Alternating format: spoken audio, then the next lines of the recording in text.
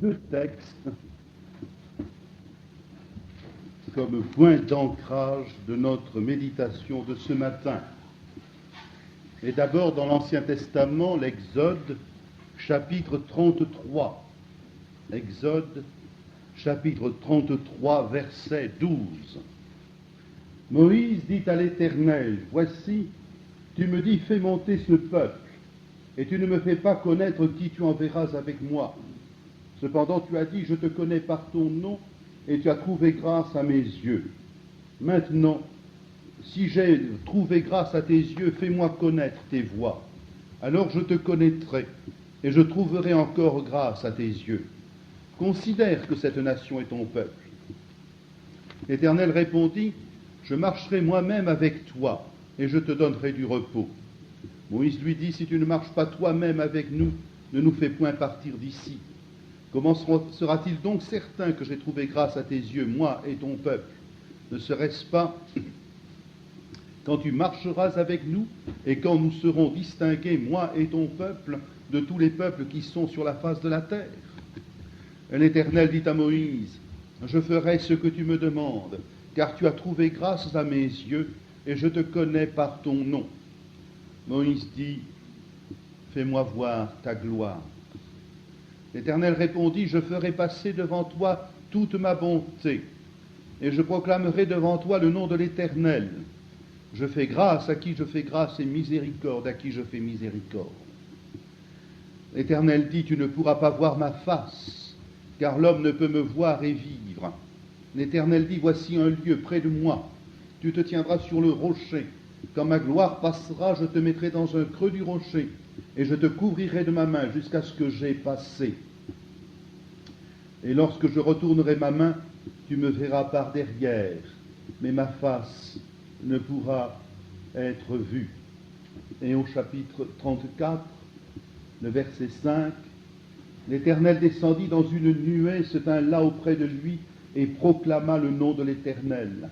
Et l'Éternel passa devant lui et s'écria, « L'Éternel, l'Éternel, Dieu miséricordieux et compatissant, lent à la colère, riche en bonté et en fidélité, qui conserve son amour jusqu'à 1000 générations, qui pardonne l'iniquité, la rébellion et le péché, mais qui ne tient point le coupable pour innocent, et qui punit l'iniquité des pères sur les enfants et sur les enfants des enfants, jusqu'à la 3e et à la 4e génération. » Et dans le Nouveau Testament, la 2e épître aux Corinthiens.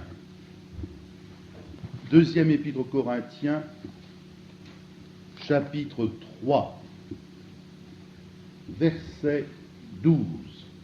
« Fort de cette espérance, nous sommes pleins d'assurance.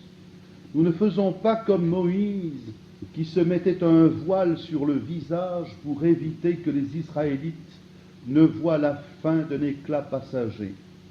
Mais leur intelligence est obscurcie. Jusqu'à ce jour, lorsqu'on lit l'Ancien Testament, ce même voile demeure. Il n'est pas levé, car c'est en Christ qu'il disparaît. » Oui, jusqu'à ce jour, chaque fois qu'ils lisent Moïse, un voile est sur leur cœur. C'est seulement par la conversion au Seigneur que le voile tombe, car le Seigneur est l'Esprit. Et là où est l'Esprit du Seigneur, là est la liberté. Et nous tous, qui le visage dévoilé, contemplons et reflétons la gloire du Seigneur, nous sommes transfigurés en cette même image, avec une gloire toujours plus grande, par le Seigneur qui est Esprit.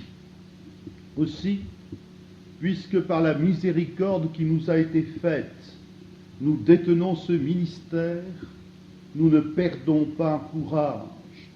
Nous avons dit non aux procédés secrets et honteux. Nous nous conduisons sans fourberie et nous ne falsifions pas la parole de Dieu, bien au contraire. C'est en manifestant la vérité que nous cherchons à gagner la confiance de tous les hommes en présence de Dieu. Si cependant notre évangile demeure voilé, il est voilé pour ceux qui se perdent, pour les incrédules, dont le Dieu de ce monde a aveuglé l'intelligence, afin qu'ils ne perçoivent pas l'illumination de l'évangile de la gloire du Christ, lui qui est l'image de Dieu. Non, ce n'est pas nous-mêmes, mais Jésus-Christ, Seigneur, que nous proclamons. Quant à nous-mêmes, nous nous proclamons vos serviteurs à cause de Jésus. Car le Dieu qui a dit que la lumière brille au milieu des ténèbres, c'est lui-même qui a brillé dans nos cœurs pour faire resplendir la connaissance de sa gloire qui rayonne sur le visage du Christ. Mais ce trésor, nous le portons dans des vases d'argile pour que cette incomparable puissance soit de Dieu et non de nous. Voilà sans doute un thème de réflexion bien élevé, bien grand, bien vaste, et devant lequel je me sens moi-même bien mal préparé et bien insignifiant.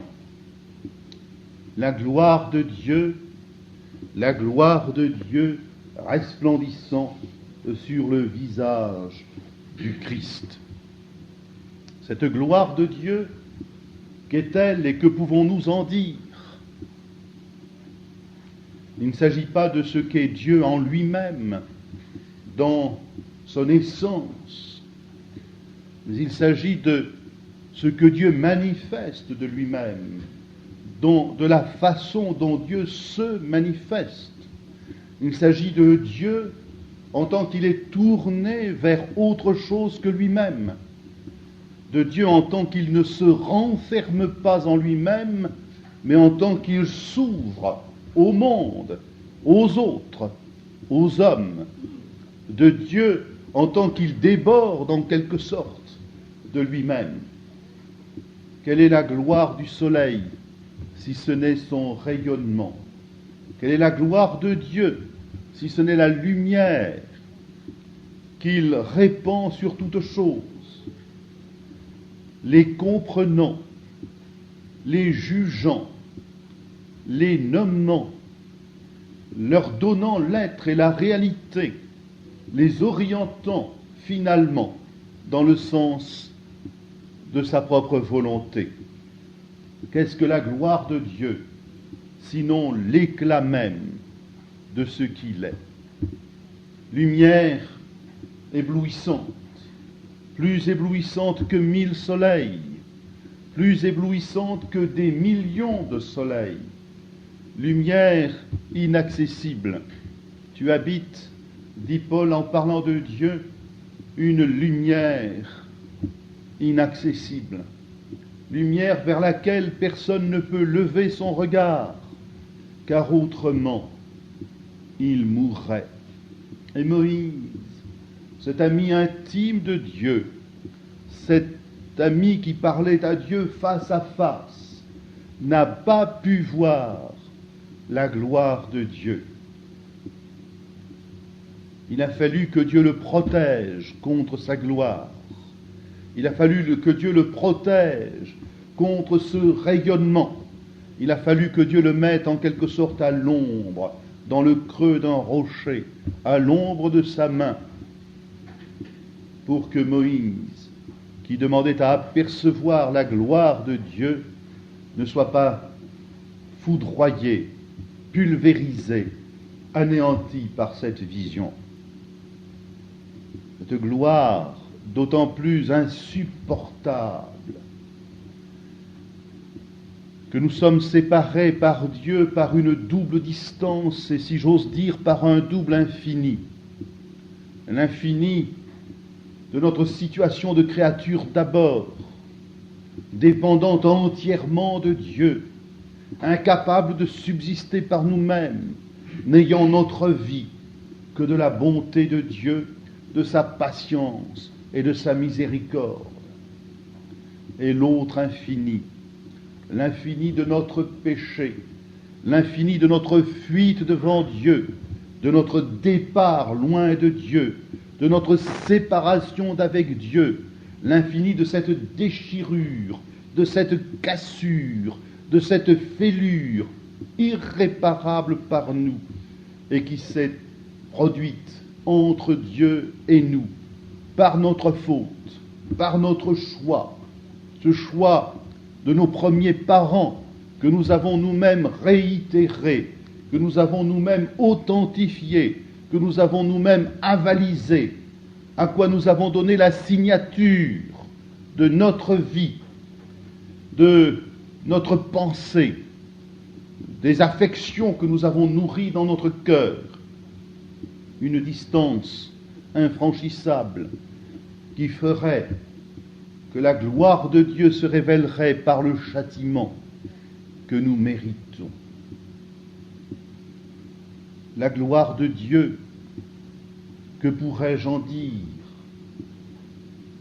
sans trahir cette lumière, sans l'appauvrir, sans la couvrir du nombre, celle de ma finitude, celle de mon indignité, celle de mes limites, celle de mon péché. Que pourrais-je dire de la gloire de Dieu qui ne risque de me condamner moi-même comme le traître à cette gloire, comme celui qui ne la comprend pas, qui ne la reçoit pas, qui ne la contient pas et qui ne la transmet pas. Mais voici que l'apôtre Paul, dans ces passages chargés de lumière, des chapitres 3 et 4 de la deuxième épître aux Corinthiens, nous ouvre une porte ou une fenêtre sur la gloire de Dieu. Ce que nous ne pouvons pas atteindre, ce dont nous sommes incapables, ce dont nous sommes indignes, voici que c'est venu vers nous, la gloire de Dieu s'est manifestée. Et le paradoxe de cette affirmation, c'est que l'apôtre Paul l'exprime en disant la connaissance de sa gloire qui rayonne sur le visage du Christ. Paradoxe, parce que ce visage, nous ne l'avons jamais vu et que nous ne le verrons jamais tel qu'il a été vu par ceux qui l'ont connu. Paradoxe, parce que ce visage en qui rayonnait la gloire de Dieu a été vu par des hommes et des femmes qui n'ont pas vu la gloire de Dieu. Paradoxe et pourtant réalité à laquelle nous ne réfléchissons pas assez. Il me semble que dans notre désir de ne pas tomber dans une piété matérialiste, dans un catholicisme au rabais, nous évitons un peu trop de penser à l'être physique de Jésus. Nous évitons un peu trop de le considérer comme ce qu'il a été vraiment, un homme véritable, avec un corps véritable et un vrai visage. Ce visage que nous n'avons jamais vu et que nous ne pouvons pas imaginer, que nous ne pouvons pas décrire, que nous ne pouvons pas reproduire. Ce visage, pourtant, c'était un vrai visage. Vous savez qu'il n'y a pas deux visages semblables dans l'humanité. Il y a des jumeaux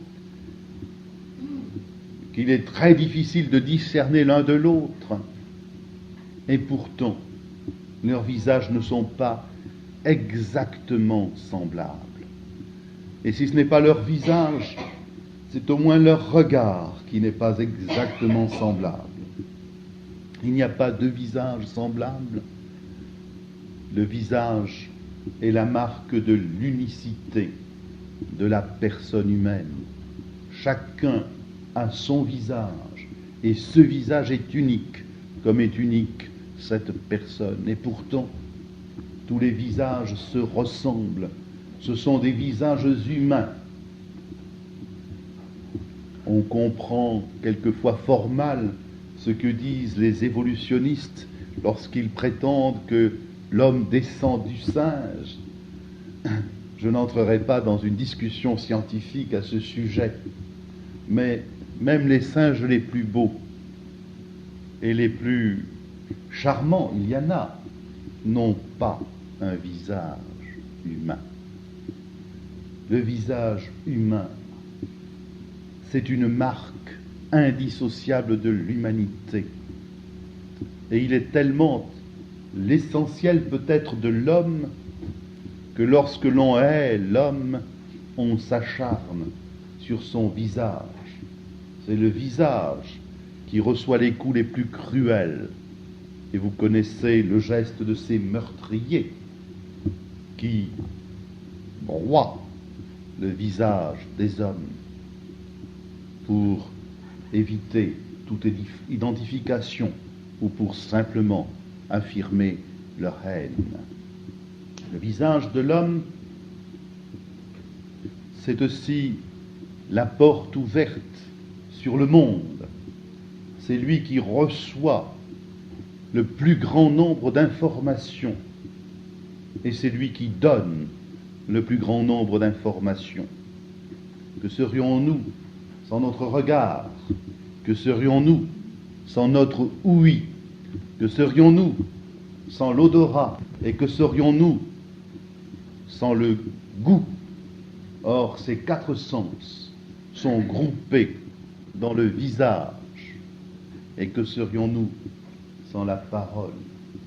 Que serions-nous sans le regard, qui est aussi une parole, qui ne reçoit pas seulement, mais qui donne et qui communique, comme cela parle, un regard. Le visage, c'est l'expression d'une personnalité. Et nous savons qu'il y a des visages meurtris, qu'il y a des visages marqués, qu'il y a des visages qui signalent la douleur, le malheur, ou qui signent une déchéance. Il y a des visages déchus.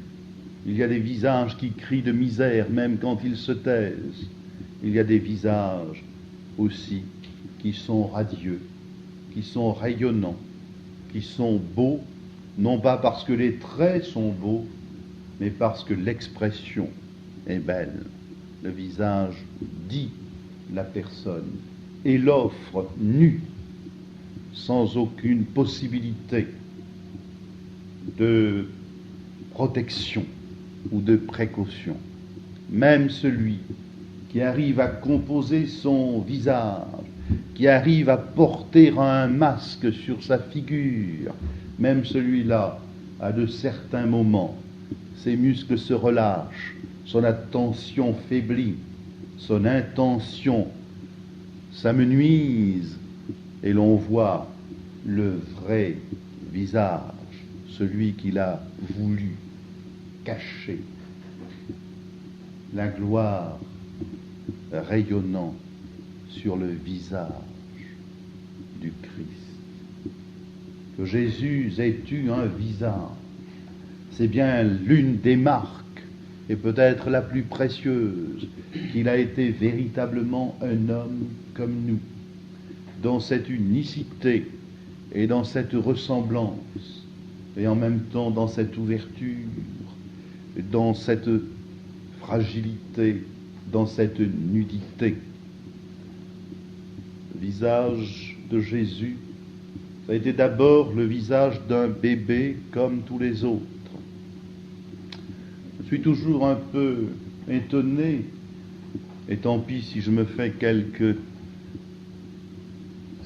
quelques difficultés en disant ce que je veux dire, je suis toujours étonné d'entendre des parents penchés sur le visage fripé et légèrement violacé de leur bébé qui vient de naître, déclarer c'est le plus beau bébé du monde.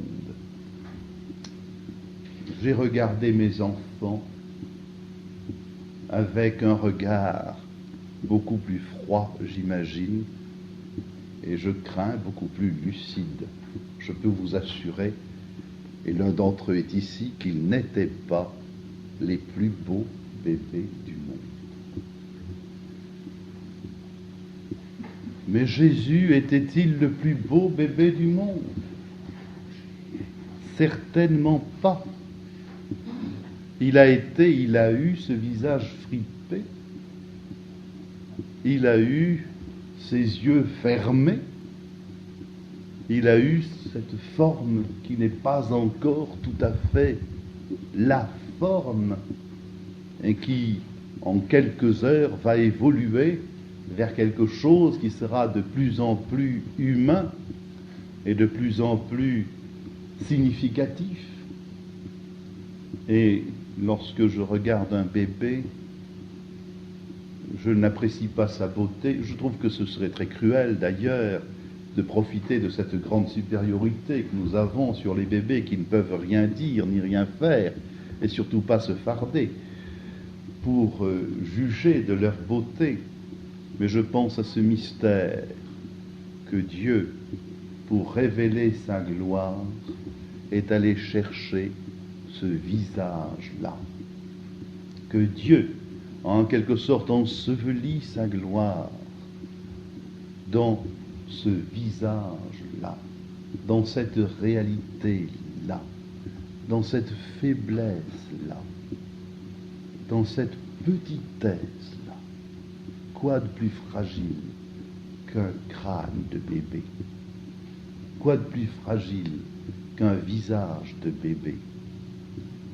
Si vous voyez un jour un petit enfant, un bébé qui vient de naître, qu'il soit votre fils ou votre petit-fils, ou n'importe qui d'autre, en le regardant, pensez à d'autres qu'à lui, pensez à Jésus, pensez à celui qui a accepté d'être cela, et vous comprendrez alors que la gloire de Dieu est dans son amour, que la gloire de Dieu est dans cette condescendance qu'il a amené à être en Jésus-Christ, ce petit être fragile, entièrement dépendant, et dont il semble que la bouche n'a d'autre fonction que de hurler de détresse et de chercher un sein nourricier.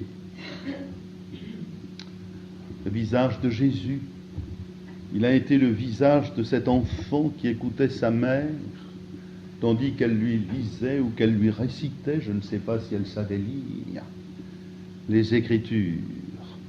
Il a été le visage de cet enfant qui regardait Joseph alors que celui-ci maniait la varlope ou le rabot ou tout autre instrument que notre frère M. Solaire connaît mieux que moi. Il a été le visage de cet enfant tourné vers les docteurs du temple, à qui il posait des questions.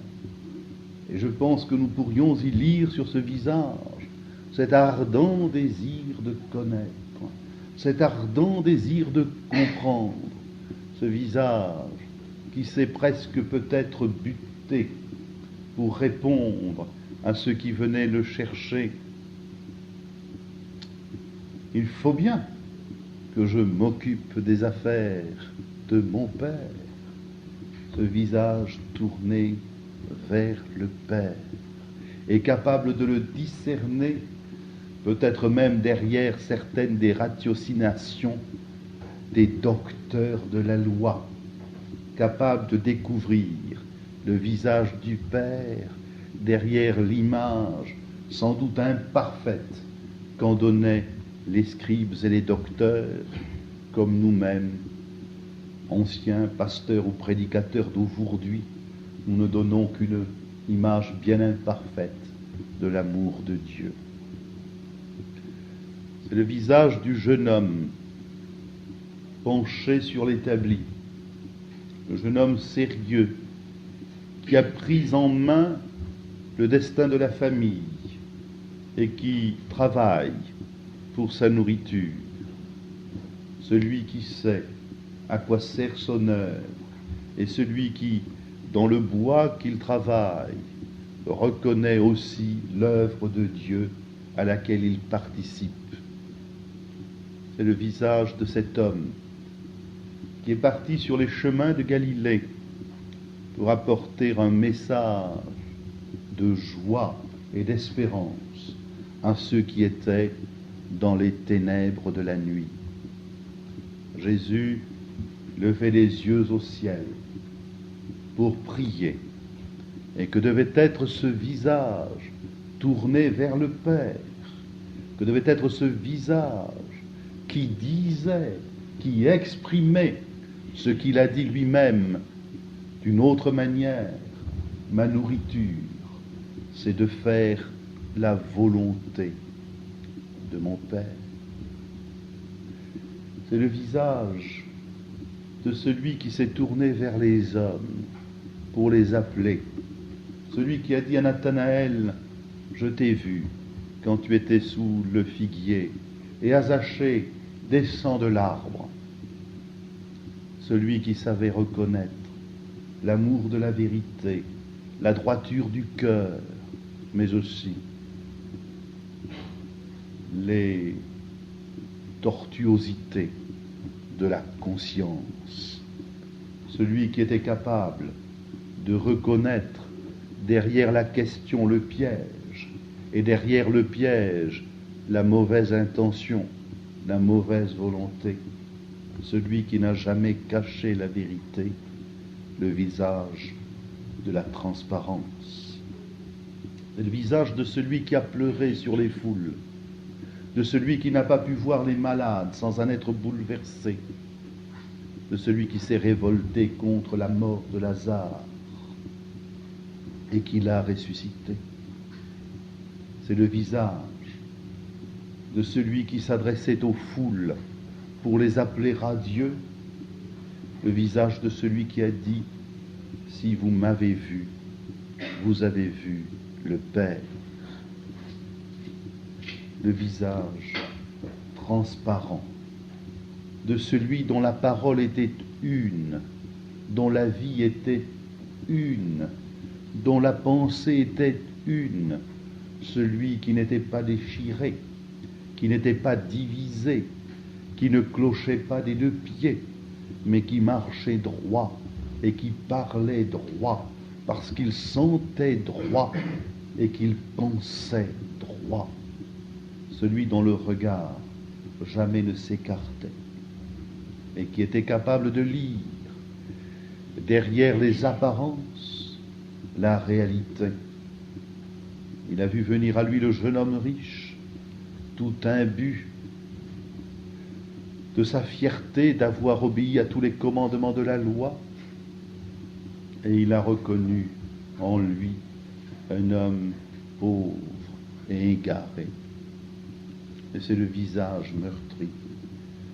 meurtri par la couronne d'épines, par la gifle, par les crachats, le visage rejeté, le visage que nous n'avons pas voulu voir, le visage dont nous avons détourné notre tête, le visage qui n'avait ni éclat, ni beauté pour retenir notre attention et pour séduire notre cœur.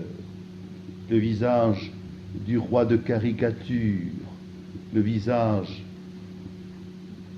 du déchu, le visage du malheureux, le visage du mourant. Jésus est mort non pas en martyr triomphant, mais un homme abandonné. Le visage de celui qui a eu soif, le visage de celui qui a crié: mon Dieu, pourquoi m'as-tu abandonné? Et c'est ce visage-là dans toutes ses expressions qui rayonnait de la gloire de Dieu. La gloire de Dieu n'a pas eu besoin d'autre chose, mais elle a eu besoin de cela. La gloire de Dieu n'a pu nous être rendue accessible qu'à travers ce visage-là. C'est dans la réalité de la personne vivante, aimante et souffrante de Jésus, dans la réalité de cette vie entièrement vécu dans la vérité et dans la lumière, en dépit de la haine et de l'incompréhension, et vécu jusqu'à la mort et la mort de la croix, que s'est révélée la gloire de Dieu. Car la gloire de Dieu, elle est là. C'est que Jésus-Christ n'a pas considéré comme une proie à garder d'être l'égal de Dieu, mais qu'il s'est humilié lui-même en se vidant en quelque sorte de la gloire qui était à lui dans les cieux, pour devenir semblable à nous, et pour nous dire ainsi à quel point Dieu nous a aimés. Et c'est parce qu'il a fait cela que l'apôtre Paul peut dire, celui qui a dit que la lumière brille dans les ténèbres, a brillé lui-même dans nos cœurs. Et c'est ce qui permet à l'apôtre Paul de dire, et nous aussi qui reflétons la gloire du Seigneur. La distance a été abolie. Le danger est passé. La lumière de Dieu, parce qu'elle a brillé dans l'humilité de Jésus-Christ, la splendeur de Dieu, parce qu'elle s'est comme focalisée dans les ténèbres, dans l'obscurité de la vie et de la mort de Jésus-Christ. Cette lumière peut briller dans nos cœurs sans nous détruire. Elle peut briller comme une lumière éclairante, purificatrice et réchauffante. Elle peut briller comme une lumière qui envahit et qui transforme. Elle peut briller comme une lumière qui donne la vie et qui dépasse ce qu'elle envahit. Car nous reflétons cette gloire. Nous reflétons cette lumière. On ne peut pas ne pas penser ici à des amis d'autrefois ou de naguère qui, par moments au moins, manifestaient quelque chose de cette lumière. J'ai souvent raconté l'histoire du Major Flandre, major de l'armée du salut à Montpellier autrefois, et qui fut fusillé par les Allemands avant la libération, qui un jour est abordé dans la rue par quelqu'un qui lui dit « Monsieur, excusez-moi, mais vous paraissez tellement heureux que j'aimerais savoir ce qui vous donne une telle joie. » Et le Major Flandre a pu dire tout simplement que c'était de connaître Jésus-Christ qui lui donnait un tel rayonnement. Mais nous avons connu Robert Dubarry, dont le visage par moments était la douceur même. Et nous avons connu Mademoiselle Ladrèche, qui quelquefois aussi rayonnait de cette beauté de Dieu.